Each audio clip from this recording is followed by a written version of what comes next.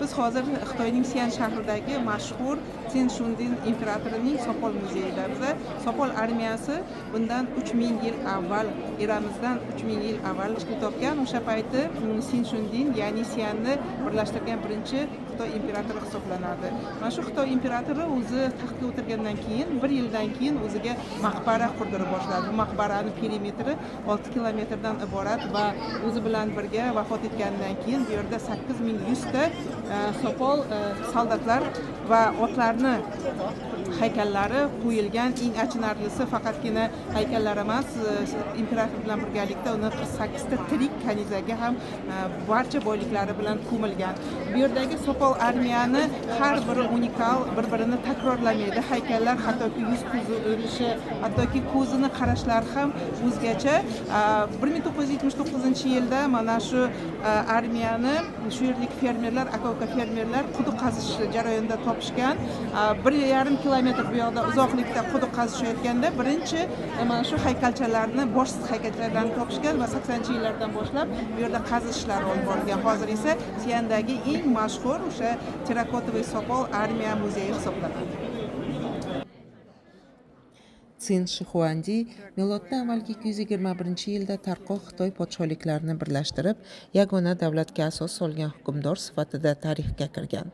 U mamlakatda yagona yozuv tizimi, yagona pul birligi va yagona o'lchov standartlarini joriy qilgan. Shuningdek, Buyuk Xitoy devorining dastlabki qismlarini qurishlariga ham rahbarlik qilgan. Ammo imperatorning yana bir orzusi bor edi. U abadiy yashashni istardi. Sin Shixuandi o'limdan qattiq qo'rqar, hatto o'lmaslik sirini topish uchun mamlakat bo'ylab elchilar yubordi. U hayotdan ko'z yumganidan keyin o'z hukmronligini davom ettirishiga ishongan. Shu sababli u o'z qabrini oddiy maqbara emas, balki butun boshli yer osti imperiyasi sifatida qurishni buyurgan. Tarixchilarning ma'lum qilishicha, maqbara qurilishi imperator 13 yoshida taxtga o'tirgan paytdan boshlangan. Qurilish qariyb 40 yil davom etgan va unda 100 minglab ishchilar, hunarmandlar va me'morlar qatnashgan. Imperator vafotidan keyin uning ruhini himoya qilish uchun minglab loy haykallardan iborat maxsus armiya yaratiladi. Bugungi kunda arxeologlar 8 mingdan ortiq askar, yuzlab otlar va jang aravalarini aniqlashdi. Bu haykallarning deyarli birortasi boshqasiga o'xshamaydi. Har bir jangchining o'z qiyofasi alohida ishlangan. Ularning ko'zlari, burni, soch turmagi, hatto mo'ylov va soqol shakllari ham turlichadir. Olimlar bu haykallar haqiqiy askarlar asosida yaratilgan bo'lishi mumkin deb hisoblashadi. Shuning uchun har bir haykal go'yo tirik insonni eslatadi. Haykallarning bo'yi ham harbiy unvoniga qarab farq qiladi. Oddiy askarlar nisbatan pastroq bo'lsa, generallar qariyb 2 metr balandlikka ega. Har bir haykal maxsus pishirilgan loydan tayyorlangan. Ayrimlarning og'irligi 200 kilogramdan ham oshadi. Haykallar qo'lidagi qurollar ham haqiqiy bo'lgan. Arxeologlar bronza qilichlar, nayzalar, o'q-yoylar va arbaletlar topishgan. Qizig'i shundaki, ba'zi qilichlar 2000 yildan ortiq vaqt o'tgan bo'lsa ham haligacha o'tkirligini saqlab qolgan. 2006-yil sentyabr oyida bu yerda ajoyib bitta voqea bo'lgan. Ertalab muzey ochilganda tashrif buyuruvchilardan bittasi, ya'ni yoshi kattaroq ayol mana shu zobitlarning ichida bittasini qimirlaganini sezib qolgan. Juda ham hayron bo'lib, qo'riqchilarga borib aytganida haqiqatdan ham uni ichida tirik odam borligini aniqlashgan. Bu o'sha Xanjouda o'qiyotgan talaba bo'lgan. O'zini aynan o'sha paytdagi Sinjuni zobiti sifatida his qilish uchun o'sha kiyimlarini kiyib bu yerda 1-2 soat turgan. Afsuski uni tezda aniqlashgan. Uni jarimaga torta olishmagan, chunki o'sha payti sakrab o'tish, ya'ni ichkariga kirish mumkin emas degan ogohlantiruvchi belgi yo'q edi. Shu sababli student, ya'ni talaba jarimadan ozod bo'lib qolgan, balki uni Xitoydan chiqarib yuborishgan. Sopol armiya bir nechta katta yerosti zallarda joylashgan. Eng yirik zalda minglab askarlar haqiqiy jang tartibida saflangan.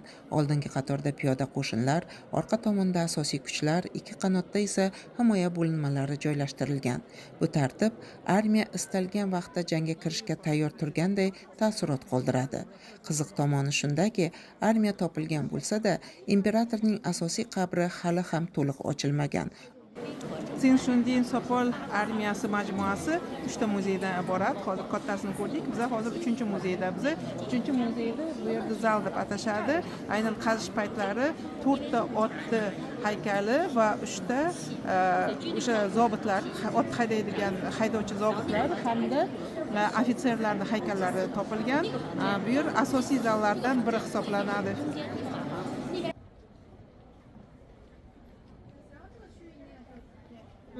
Bugun biz Sopol armiyani kulrang yoki jigarrang holatda ko'ramiz, ammo 2000 yil avval terrakota armiyasi juda rang-barang bo'lgan. Jangchilarning liboslari qizil, ko'k, yashil va boshqa yorqin ranglarda bo'yalgan edi.